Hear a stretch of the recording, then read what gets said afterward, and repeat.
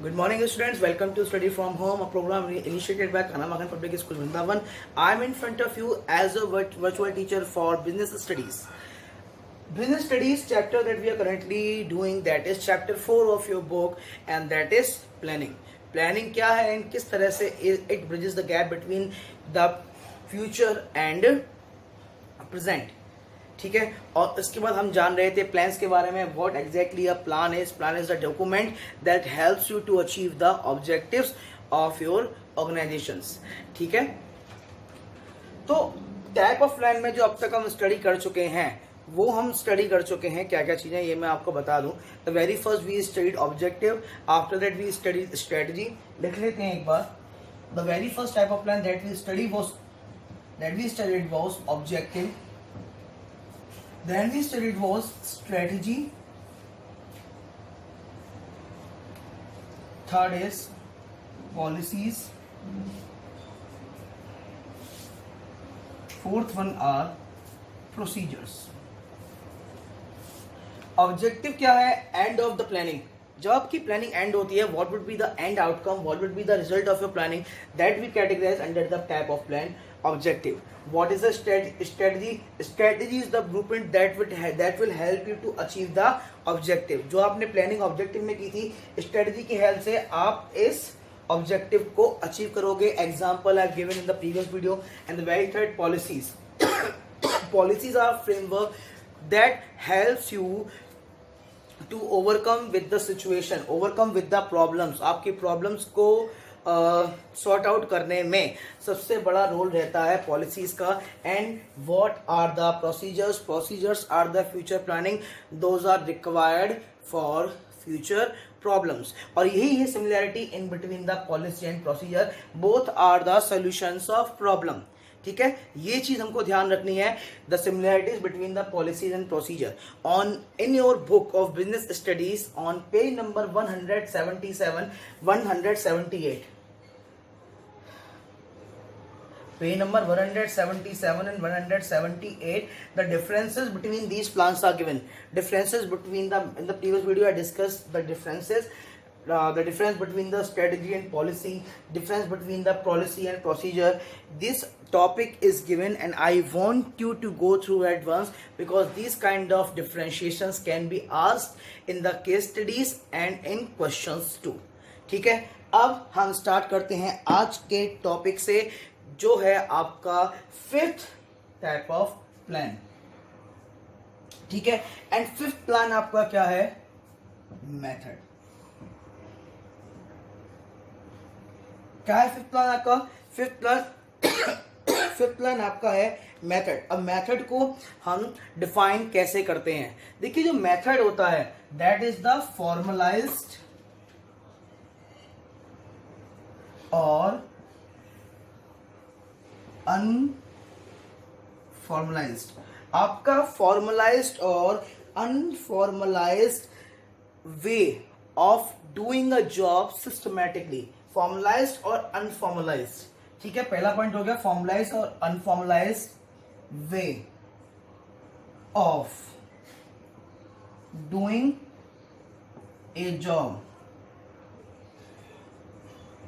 Systematically. देखिए, every organization, every firm there has their own method to do work. आपको क्या लगता है किसी भी कंपनी में मैनेजमेंट लेवल्स को डिफरेंशिएट क्यों किया जाता है? जिससे कि कोई भी वर्क है वो बेटर आउटकम्स के साथ सिस्टमैटिकली परफॉर्म किया जा सके. यानी कि कोई डिसीजन आया है, वो डिसीजन आपका टॉप लेवल से आएगा, टॉप लेवल के बाद वो मिडिल लेवल पे आएगा, मिडिल लेवल से वो लोअर लेवल तक जाएगा.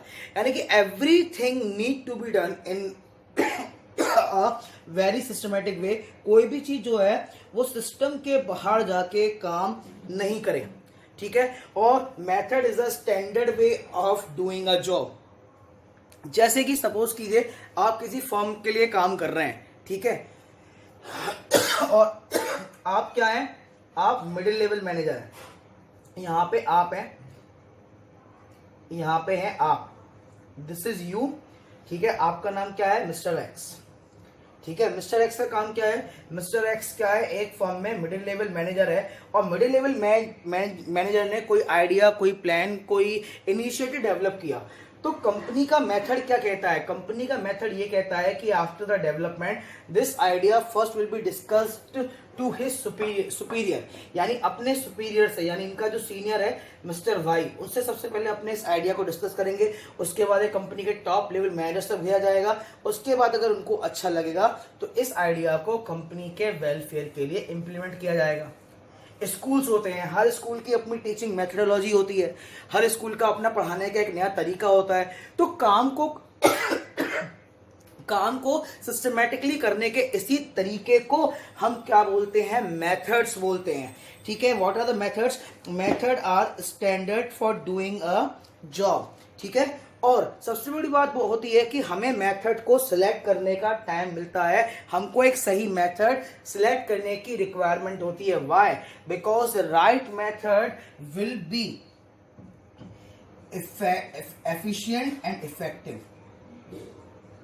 efficient and effective, because whatever the method, the systematically that we want for our firm, that must be effective and efficient as well, as because we know exactly what effective and efficient means. I am discussing the term efficient and effective from the very first chapter. तो ultimately method को simply discuss करना हो तो क्या है? Formulise और unformulise way of doing a job systematically, यानी आपका काम तरीके से हो जाए, इफेक्टिवली एंड एफिशिएंटली आपका काम हो जाए, किसी भी तरह की कोई प्रॉब्लम आपको आपके काम में नहीं आए। ठीक है। एग्जाम्पल्स भी मैंने डिस्कस किया। तो ये था आपका fifth type of plan, methods. इसके बाद का जो प्लान है हमारे लिए, ठीक है, वो नेक्स्ट जो प्लान है वो है आपके रूल्स। अब रूल्स क्या है? रूल्स आपके या तो यस में होते हैं या नो में होते हैं। ठीक है। अब रूल्स आपके यस एंड नो में कैसे हो सकते हैं? Rules are the special action और नॉन एक्शन। यस और नो का मतलब क्या है? यस का मतलब हो गया एक्शन और नॉन एक्शन। अब एक्शन और नॉन एक्शन कैसे? चलो इसके लिए भी एक एग्जांपल देता हूं। हम ट्रेन में जाते हैं, ठीक है, तो ट्रेन को कौन चलाता है? ड्राइवर। जी नहीं। ठीक है। सुनने में ड्राइवर बहुत अच्छा लगता है, अगर आप बोलो प्लेन को ड्राइवर चलाता है, टेक्निकली ड्राइवर तो प्लेन को भी चलाता है, but for that particular none is giving to the driver और some particular vehicles, like if any of the driver is operating the plane, that is a pilot, and the person who operates the train is known as loco pilot. उसको हम driver नहीं बोलते, उसको हम क्या बोलते हैं? Loco pilot. ये एडिशनल इन्फॉर्मेशन है। तो मैं लोको पायलट की बात क्यों कर रहा हूं? मैं लोको पायलट की बात इस वजह से कर रहा हूं कि ट्रेन चलाना हंसी खेल नहीं है कि आप अपने घर से निकले, सो के सीधा पहुंच गए, लो भैया मुझे ट्रेन चलाने के लिए दे दो, मैं आ गया हूं घर से। ठीक है। सबसे पहले कोई भी ड्राइवर जब आता है, ज्वाइन करता है, एवरी सिंगल डे ट्रेन पे चढ़ने से पहले उसका एक टेस्ट किया जाता है। एंड वो टेस्ट क्या होता है? वो टेस्ट होता है आपका breath analyser test. Breath analyser test क्या करता है? It checks whether the driver is drunk और नॉट। सोचो गतिमान एक्सप्रेस को एक शराब पिए हुए ड्राइवर को चलाने के लिए दे दिया जाए तो क्या होगा? ठोक मारेगा, सिग्नल नहीं देखेगा। सो दैट इज वाई, ये केवल एक एग्जाम्पल था कि how and why rules are need to be set for the conduction of work, means these rules are directly will help you to achieve the objective। ठीक है। आपके मेथड के under में आ जाते हैं आपके सारे के सारे रूल्स, यानी वॉट एवर द मेथड जो सिस्टमेटिकली हम काम कर रहे हैं, उस सिस्टमेटिकली काम को करने के लिए we need to follow the rules. Means as railways has prepared rule for all the loco pilot, it is compulsory that they are not allowed to drink and ride the train। ठीक है। अब ये तो आपका क्या होगा? Non action. अब इसी को एक्शन में कैसे कन्वर्ट करेंगे? Means all the drivers must have to pass through breath analyser test each and every day before stepping into the engine. ये आपका एक्शन हो गया।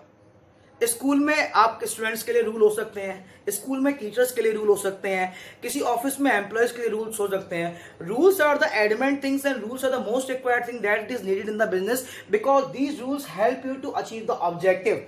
ठीक है। And rules are the part of policy, strategy, procedure, methods. Rules आपका strategy का भी part है, पॉलिसी का भी पार्ट है, प्रोसीजर का भी पार्ट है, एंड मेथड का भी पार्ट है, because all these things help you to achieve the objective. Ultimately मतलब क्या है, सबसे पहली चीज जो हमने ड्राइव की थी, that was our objective, and for to attain the objective we need to follow all these plan step by step. We need to maintain the strategy, we need to frame up the policy, we need to follow a particular procedure, and we need to go to a method that is efficient and effective. अब what is the point of being effective and efficient, कि आप drink करके आप train में बैठ गए और आपने गाड़ी ठोक दी। What is the meaning of all these things अगर हम ये फॉलो नहीं करेंगे? So that is why rules the most compulsion part when it comes to the business, because rules makes the business. क्यों रिक्वायरमेंट होती है सुबह 9 बजे आने की, शाम को 5 बजे जाने की? कोई अपनी मर्जी से आए, अपनी मर्जी से जाए, क्यों नहीं हो सकता? Because rules creates the discipline, and discipline is the most needed part in the business, because discipline creates the environment. ठीक है, और एनवायरमेंट क्रिएट करने के लिए आपको जरूरत होती है इन रूल्स की। ठीक है, मैं मेथड के बारे में बताना भूल गया। मेथड आपके होते हैं स्टैंडिंग प्लान्स, ठीक है, और सेम विद रूल्स। रूल्स भी आपके किस तरह के प्लान्स होंगे? रूल्स को भी हम कैटेगराइज करेंगे अंडर स्टैंडिंग प्लान्स। ठीक है, अब बात कर लेते हैं हम सेवन टाइप ऑफ प्लान की। एंड 7 टाइप ऑफ प्लान है, वो क्या है आपका? वो है आपका प्रोग्राम।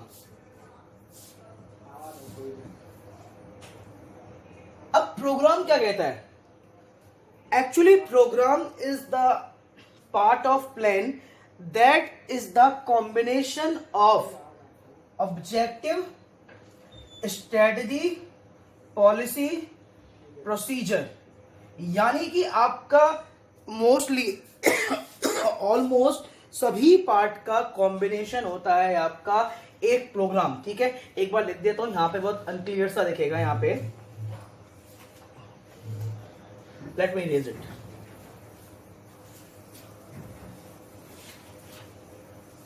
तो 6 वाला जो पार्ट हम स्टडी कर रहे थे, 6 वाला जो पार्ट ऑफ प्लान, 6 वाला जो टाइप ऑफ प्लान था, दैट वाज प्रोग्राम। ठीक है, तो वो पार्ट था आपका प्रोग्राम। अब प्रोग्राम एक्चुअली होता क्या है? Programme is the combination of objective, policy, procedure and rules. देखिए, आपने ऑब्जेक्टिव डिसाइड किया, ठीक है, आपने पॉलिसी बना दी, आपने प्रोसीजर बना दिया, आपने रूल्स बना दिया। तो इन objective, policy, procedure, rules, OPPR। ठीक है, इस चीज को ध्यान रखेंगे। Programmes are the combination of OPPR। और एक्चुअली प्रोग्राम का मतलब क्या होता है? प्रोग्राम का मतलब होता है जो वर्क आपको करवाना है। ठीक है, अब जैसे क्या, टाटा नैनो का एग्जांपल दिया। टाटा नैनो का एग्जांपल किस तरह से मैंने टाटा नैनो से ऑब्जेक्टिव डिसाइड करवाया, स्ट्रेटजी बनाई, पॉलिसी फ्रेमवर्क तैयार हुआ। अब टाटा नैनो का क्या प्रोग्राम रहा? टाटा नैनो ने गुजरात में टाटा नैनो का क्या लगाया? प्लांट लगाया। तो जो प्लांट फॉर्मेशन था, that was example of programme. ठीक है, और जो प्रोग्राम होते हैं, ये होते हैं आपके detailed statement of project. Detailed statement of project, यानी कि टाटा ग्रुप का प्रोग्राम था टाटा नैनो। ठीक है, और जो प्रोजेक्ट होगा वो होगा क्या? आपका प्लांट। ठीक है, तो programmes are defined as the detailed statement of project. ठीक है, किसी भी प्रोजेक्ट के डिटेल्ड स्टेटमेंट को हम बोलते हैं क्या? प्रोग्राम। ठीक है, ये कॉम्बिनेशन किस किसका है ये मैंने आपको बता दिया। And a programme is derived for various activity. Programme आपका सिर्फ एक एक्टिविटी को नहीं करता, ये बहुत सारी एक्टिविटी को करता है। जैसे कि टाटा ग्रुप का प्रोग्राम था टाटा नैनो। ठीक है, तो टाटा नैनो का प्रोग्राम सिर्फ टाटा नैनो बनाना नहीं था, ये टाटा ग्रुप को प्रॉफिट अर्न करके दे रहा था, ये बहुत सारे लोगों को एम्प्लॉयमेंट जनरेट कर रहा था, इकोनॉमी में कंट्रीब्यूशन दे रहा था। तो that was the meaning of programme, ठीक है। यानी कि एक्टिविटीज की, यानी एक पर्टिकुलर एक्टिविटी की सारी इंफॉर्मेशन इस प्रोग्राम ने दी। अब इसके बाद 6 नहीं है, शायद 7th है, सॉरी, ये प्रोग्राम जो है आपका ये 7th है। इसके बाद आपका जो 8th है, हाँ, प्रोग्राम जो है आपका ये आपके सिंगल यूज प्लान होते हैं। सिंगल यूज प्लान कैसे होते हैं? देखिए, टाटा ग्रुप को टाटा नैनो के लिए प्रोग्राम प्लान करना था, तो एक पर्टिकुलर प्रोजेक्ट के लिए प्रोग्राम प्लान हुआ, और ये प्रोग्राम टाटा नैनो का प्रोग्राम जैगुआर में नहीं चल सकता, ठीक है। मैंने आपको टाटा नैनो और जैगुआर की हिस्ट्री बताई है, तो टाटा नैनो का प्रोग्राम जैगुआर में नहीं चल सकता, जैगुआर का प्रोग्राम टाटा नैनो में नहीं चल सकता, ठीक है। अब जो नेक्स्ट हमारा लास्ट जो टाइप है इस चैप्टर का लास्ट पॉइंट, वो है आपका बजट।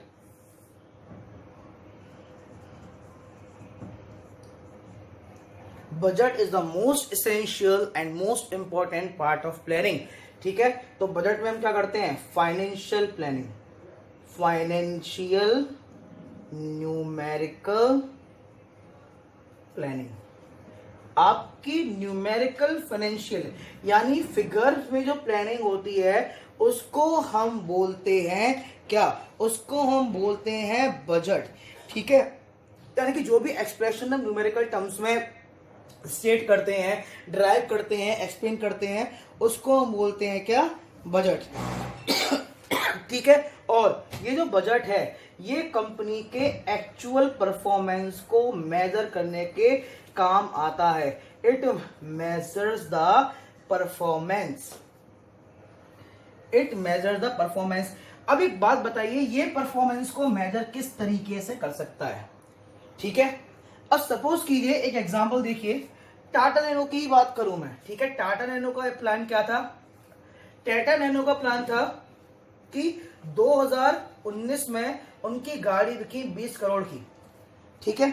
अब 20 करोड़ की गाड़ी बिकने के लिए उन्होंने क्या अपना 2020 के लिए क्या अपना ऑब्जेक्टिव बनाया कि उनको 10% की का इंक्रीमेंट चाहिए अपनी सेल्स में, और 10% की सेल इंक्रीमेंट का मतलब 2020 के एंड तक उनको 22 करोड़ रुपए की कार बेचनी है, ठीक है। अब 22 करोड़ रुपए की कार बेचने के लिए उनका इन्वेस्टमेंट बढ़ेगा। और सपोज कीजिए इन्वेस्टमेंट उनका रहा कितना? जो सेल्स यूनिट है, सेल्स का जो बजट है, उन्हें अपना बजट रखना था कि 1 लाख रुपए की यूनिट है, ठीक है। तो यानी कि 1 लाख रुपए की यूनिट से अगर 2 करोड़ की बात करूं तो यहां पे उनको 200 कार यहां पे एक्स्ट्रा बेचनी थी, ठीक है। तो ये कह सकते हैं ये उनका सेल्स बजट जो उनकी न्यूमेरिकल प्लानिंग थी पूरे 1 साल के लिए। तो ये होता है आपका प्लानिंग ऑफ बजट, ठीक है। एंड बजट आपकी कंपनी की परफॉर्मेंस मेजर करता है, यानी आपने मेजर किया कि आपके बजट ने आपकी प्लानिंग के अकॉर्डिंग परफॉर्मेंस दिया है या नहीं दिया है, ठीक है। तो टाइप ऑफ प्लान जो हमने डिस्कस किए, the very first we discuss objective, after that strategy, then policy, then procedures, then method, then rules, then programmes, and then at last budget. इसी के साथ the chapter planning we have finished. इसके बाद जो topic आपको पढ़ना है, ठीक है, I will help you out in the query session in that topic only if you go through that on page number 177 and page number 178, the differentiation between all these plans. तो तब तक के लिए इस वीडियो को यहीं finish करते हैं। Thank you students, have a very wonderful day, stay home, stay safe.